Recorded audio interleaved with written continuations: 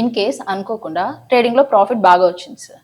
So as a financial అడ్వైజర్గా మీరు వారికి ఎలాంటి సలహా ఇస్తారు? సో ఇక్కడ చిన్న కరెక్షన్ ఏంటి అంటే కనుక ఫైనాన్షియల్ అడ్వైజర్ కాదు, ఫైనాన్షియల్ కన్సల్టెంట్. ఎందుకంటే ఆడియన్స్ కూడా ఫైనాన్షియల్ అడ్వైజర్ అంటే కనుక ఇన్వెస్ట్మెంట్ అడ్వైజర్ కింద వస్తుంది. I'm not an investment advisor, I'm retirement advisor and research analyst. So ఆ రెండింటికి చాలా తేడా ఉంది. ఇది ఓపెన్గా చాలా మంది ఏంటంటే ఇన్ఫ్లుయెన్సర్స్ ఎవరైతే మనం మాట్లాడుతుంటామో ఆ సోది బ్యాచ్ అట్లీస్ట్ వాళ్ళ కింద డిస్క్రిప్షన్లో కూడా వాళ్ళు ఏంటి అన్నది కూడా వాళ్ళు రాయరు. But at least as a professional, as a responsible ప్రొఫెషనల్గా చెప్పుకోవాల్సి వచ్చినప్పుడు ఆ చిన్న క్లారిఫికేషన్. సో ఇప్పుడు మనం మార్కెట్లో డబ్బులు సంపాదించాం, ఇన్వెస్టింగ్ ట్రేడింగ్ అనేటువంటిది పక్కన పెట్టేద్దాం. ఎందుకంటే ఇందాక క్వశ్చన్ అంటే ఇంట్రోలో చూసుకున్నప్పుడు ఏంటంటే 90% మంది రిటైల్ ట్రేడర్స్ ఎవరైతే ఉన్నారో డబ్బులు నష్టపోతున్నారు అన్నది. ముందు దీన్ని 2 కేటగిరీల కింద చూద్దాం. ఒకటి, నష్టపోయిన వాళ్ళు ఏం చేయాలి, డబ్బులు సంపాదించిన వాళ్ళు ఏం చేయాలి అన్నది. నష్టపోయిన వాళ్ళకి వచ్చేటప్పటికి ఆల్రెడీ లాసెస్ బుక్ చేశారు కాబట్టి జీవితంలో ఇంకా ఎప్పుడు డబ్బులు సంపాదించము అనుకునే వాళ్ళు ఎవరైతే ఉన్నారో వాళ్ళు ఇన్కమ్ ట్యాక్స్ ఫైలింగ్ చేయక్కర్లేదు. ఇవాళ కాకపోయినా రేపైనా నేను డబ్బులు సంపాదిస్తాను స్టాక్ మార్కెట్ నుంచి, ఇన్వెస్ట్మెంట్స్ నుంచి అనుకునే వాళ్ళు ఈ సంవత్సరం మీరు డబ్బులు పోగొట్టుకొని ఉండొచ్చు. ప్రతి సంవత్సరం డబ్బులు వస్తాయని ఎవరు చెప్పరు, ప్రతి ట్రేడ్లోని డబ్బులు వస్తాయని చెప్పరు, ప్రతి ఇన్వెస్ట్మెంట్లోనే వస్తాయని ఎవరు చెప్పరు. కానీ మీరు ఏదైతే లాస్ బుక్ చేశారో దాన్ని 8 సంవత్సరాల పాటు, అంటే 4 సంవత్సరాల నుంచి 8 సంవత్సరాల పాటు క్యారీ ఫార్వర్డ్ చేసుకునే అవకాశం ఉంది. కాబట్టి రేపొద్దున్న ఎప్పుడైనా డబ్బులు సంపాదించేటప్పుడు కూడా నేను అప్పుడు ట్యాక్స్ పే చేయకుండా ఉండడం కోసం ఇప్పుడు నేను ఐటీఆర్ అనేటువంటిది ఫైల్ చేస్తున్నాను. అంటే ఏంటి, గవర్నమెంట్ వాళ్ళకి చెప్పుకుంటున్నాను నేను ఈ సంవత్సరం నష్టపోయాను, రేపొద్దున్న ఎప్పుడైనా నాకు డబ్బులు వచ్చినప్పుడు దీని నుంచి నేను సెట్ ఆఫ్ చేసుకుంటాను అని చెప్పేసి అని ఇవ్వడం. జనరల్గా ఇప్పుడు ఉన్నటువంటి యూత్లో కూడా ఏంటి అంటే నాకు డబ్బులు పోయే కదా నేను ఐటీఆర్ ఫైల్ చేయక్కర్లేదు అనేటువంటి పద్ధతుల్లో ఆలోచిస్తుంటారు. బట్ డబ్బులు సంపాదించినా పోగొట్టుకున్నా కూడా, ఇప్పుడు మనం పోగొట్టుకున్న వాళ్ళ గురించి మాట్లాడుతున్నాం కాబట్టి సో ఖచ్చితంగా వాళ్ళు ఐటీఆర్ అనేటువంటి ఫైల్ చేసుకుంటే లాంగ్ రన్లో బెనిఫిట్ అనేటువంటిది కనబడుతుంటుంది. రెండోది వచ్చేటప్పటికి నష్టాలని బుక్ చేయడం కూడా ఒక ఆర్ట్ కింద ఉంటుంది అనమాట. So for example soft bank వాళ్ళు కావచ్చు, లేదంటే ఇప్పుడు వారన్ బఫెట్ లాంటి వాళ్ళు కావచ్చు, మనం ఏంటంటే కొన్ని పెద్ద పెద్ద పేర్లు ఏవైతే చెప్తున్నామో నిజంగా ఈ కంపెనీ మనకు పనిచేయదు, ఇన్వెస్ట్మెంట్లో ఉండడానికి అనవసరం, ట్రేడింగ్లో ఉండడానికి అనవసరం అనుకునేటువంటి వాళ్ళు ఎంత తక్కువకి వచ్చినా కూడా, ఎంత నష్టం వచ్చినా కూడా అమ్మడానికి రెడీగా ఉంటారు. బట్ జనరల్గా రిటైల్ ట్రేడర్స్కి వచ్చేటప్పుడు ఏంటి అంటే నాకు ఖచ్చితంగా లాభమే రావాలి, నేను ఏది కొంటే అదే పెరగాలి అనేటువంటి మనస్తత్వంతో ఉంటారు.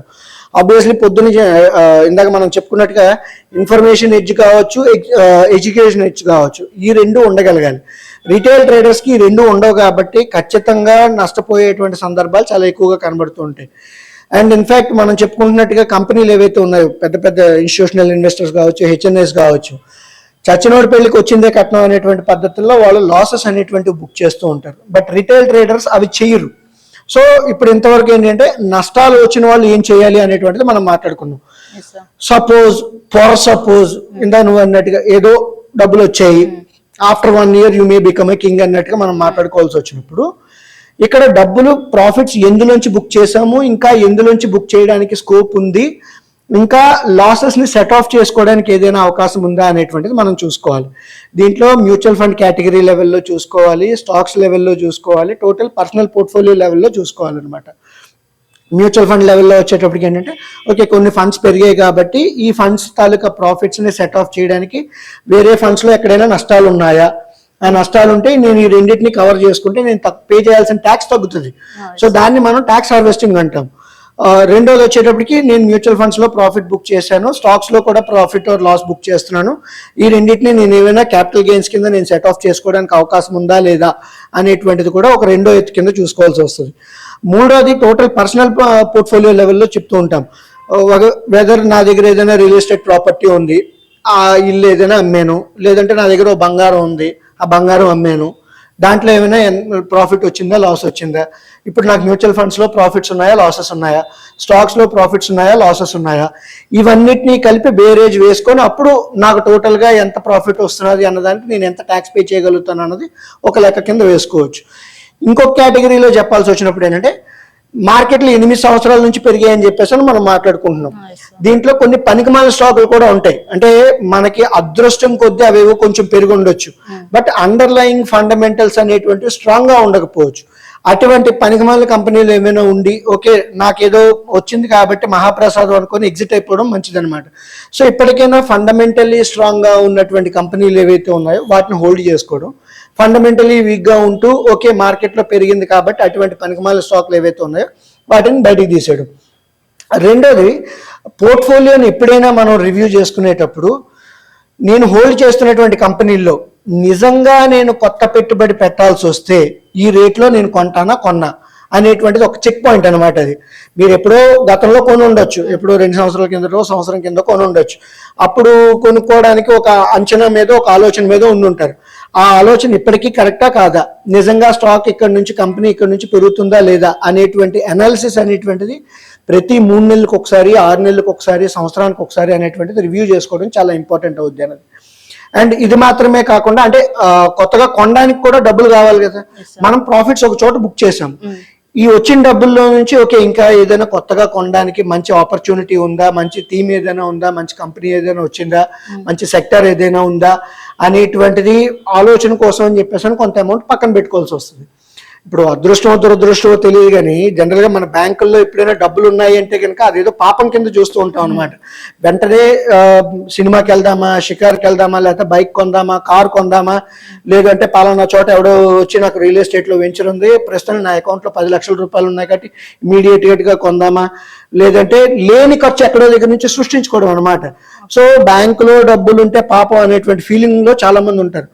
నిజంగా మార్కెట్స్ 8 సంవత్సరాల పాటు పెరిగాయి, ఒక్కసారి సడన్ గా పడితే మంచి ఆపర్చునిటీ అనేది వస్తుంది కదా.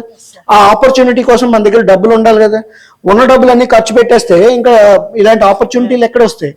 ఇంకో చిన్న ఎగ్జాంపుల్ చెప్పాల్సి వస్తే మనం వారన్ బఫెట్ తాలూకా ఎగ్జాంపుల్ తీసుకుంటాం. ఆయన దగ్గర $150 బిలియన్, అంటే మన లెక్కల్లో చెప్పుకోవాల్సి వచ్చినప్పుడు ఏంటి అంటే కనుక 12 లక్షల కోట్ల రూపాయలు ఆయన బ్యాంక్ అకౌంట్లో పెట్టుకుంటున్నాడు. ఆయన ఎందుకు పెట్టుకుంటున్నాడు? కొనడానికి ఒక ఆపర్చునిటీ లేదు, నాకు సరైనటువంటి అవకాశం దొరకట్లేదు అని చెప్పేసి. మొన్నటి ఇంటర్వ్యూలోనే మనం మ్యూచువల్ ఫండ్ ఏఈఎం గురించి మనం మాట్లాడుకున్నాం. 50 లక్షల కోట్లు టోటల్ మ్యూచువల్ ఫండ్ ఏఈఎం అని చెప్పేసి. ఇప్పుడు వారన్ బఫెట్ ఎగ్జాంపులే 12 లక్షల కోట్లు, అంటే 1/5 ఆఫ్ ది టోటల్ ఏఈఎం కింద లెక్కేసుకోవచ్చు కదా. అంత డబ్బులు ఆయన ఖాళీగా పెట్టుకొని కూర్చున్నాడు, ఆయన ఏదైనా ఆపర్చునిటీ వస్తుందేమో అని. సో ఇప్పుడు ఒక విజిలెంట్ ఇన్వెస్టర్, లేదంటే ఒక డ్యూ డెలిజెంట్ ఇన్వెస్టర్, ఒక ఇంటెలిజెంట్ ఇన్వెస్టర్ అని చెప్పేసి అంటూ ఉంటాం. అవకాశాలు ఎప్పుడైనా రావచ్చు కాబట్టి ఆ అవకాశానికి తగ్గట్టుగా నేను కొంత అమౌంట్ బుక్ చేసుకుని నేను సైడ్ లైన్లో ఉంటాను, మార్కెట్ పడడం కోసం వెయిట్ చేస్తాను అనేటువంటి ఆలోచన కావాలి. ఎంతసేపు నేను కొన్న దగ్గర నుంచే మార్కెట్ పెరగాలి అనేటువంటి ఆలోచన కన్నా ఓకే నేను కొన్న తర్వాత పడినా కూడా ఎడిషనల్గా నేను కొనడానికి రెడీగా ఉంటాను అనేది. ఇవన్నీ బేసిక్గా మార్కెట్ గురించి మనం మాట్లాడుకున్నాం. అలా కాకుండా సార్ మీరు ప్రతిదీ కూడా మార్కెట్ రిలేటెడే చెప్పారు, ఇన్వెస్ట్మెంట్స్ రిలేటెడే చెప్పారు, మరి సంపాదించిన డబ్బుల్లో ఏం ఖర్చు పెట్టుకోవద్దా అని.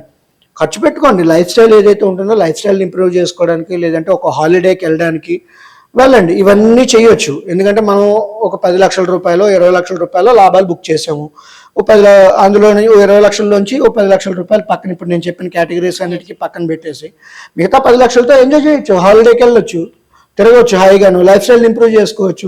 ఎప్పుడో పాత కారు వాడుతున్నారు, కొత్త కారును రెన్యూ చేసుకోవచ్చు. ఈ రకంగా చూసుకునేటువంటి అప్పుడు ఏంటంటే డబ్బులు ఖర్చు పెట్టుకోవడానికి అనేటువంటిది మనకి అరుణాచలం సినిమా ఎగ్జాంపుల్ ఉంది, 30 రోజుల్లో 30 కోట్లు ఖర్చు పెట్టారు. ఈ రోజుల్లో జనాలు చాలా వరకు ఖర్చు పెట్టగలుగుతారు. బట్ ప్రాబ్లం ఏంటంటే శ్రద్ధగా ఖర్చు పెడుతున్నామా లేదా అనేటువంటిది ఇంపార్టెంట్. ఈ శ్రద్ధగా ఖర్చు పెడుతున్నామా లేదా అనేటువంటి దానికి వచ్చేటప్పటికి ఒకటి ఎమర్జెన్సీ ఫండ్ అని చెప్పేసి అంటూ ఉంటాం.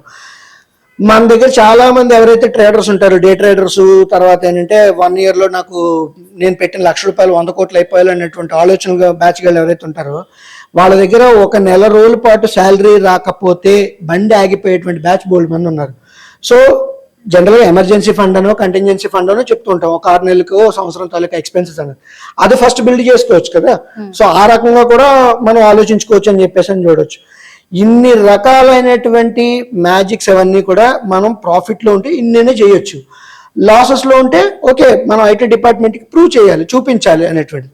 ఇవేవి చేయకుండా నేను మార్నింగ్ వచ్చి 100 రూపాయల్లో కొంటాను, 110 రూపాయలకి అయిపోవాలి, ₹1,00,000 పెడతాను, 5 లక్షలు అయిపోవాలి, మీ సంపాదనకి అంతు అనేటువంటిది లేదు. ఎంత సంపాదించాం అనేటువంటిది కాదు, ఎంత జాగ్రత్తగా సంపాదించాం, దాన్ని ఎంత జాగ్రత్తగా మనం ఖర్చు పెట్టుకుంటున్నాం అనేటువంటిది మేజర్ పాయింట్ కింద చెప్పుకోవచ్చు. సో ఇలాంటి పాయింట్స్ ఏవైతే మనం డిస్కస్ చేసామో ఒక ఇన్ఫ్లుయెన్సర్ చెప్పడు, ఒక ఈ కోర్సులు ఏవైతే రన్ చేస్తుంటారో ఆ కోర్స్ బ్యాచ్ వాళ్ళు చెప్పరు. ఒక చార్టర్డ్ అకౌంటెంట్ కూడా ఏంటంటే మీ పని అయిపోయిన తర్వాత వాడు ఐటీఆర్ ఫైలింగ్ చేస్తూ ఉంటారు.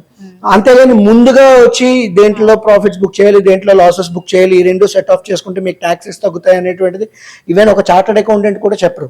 సో అంటే ఆ చార్టర్డ్ అకౌంటెంట్ కూడా చెప్పాలి అనేటప్పుడు ఎడిషనల్గా అమౌంట్ పే చేయాలి, లేదు వాళ్ళతో రిలేషన్షిప్ చాలా స్ట్రాంగ్గా ఉండాల్సినటువంటి అవసరం ఉంటుంది. సో ఇవన్నీ లేకుండా మనకు ఫ్రీగా వచ్చేయాలి అని అడిగితే కనుక obviously there is nothing for free in this world. You need to pay some fees either from your knowledge or from your investment or from your time or from your energy. ఈ వీటిల్లోంచి ఏదో ఒకటి చేయగలిగితేనే ఖచ్చితంగా మనం long రన్లో డబ్బులు సంపాదించగలం అని చెప్పేసి చెప్పుకోవచ్చు అనమాట.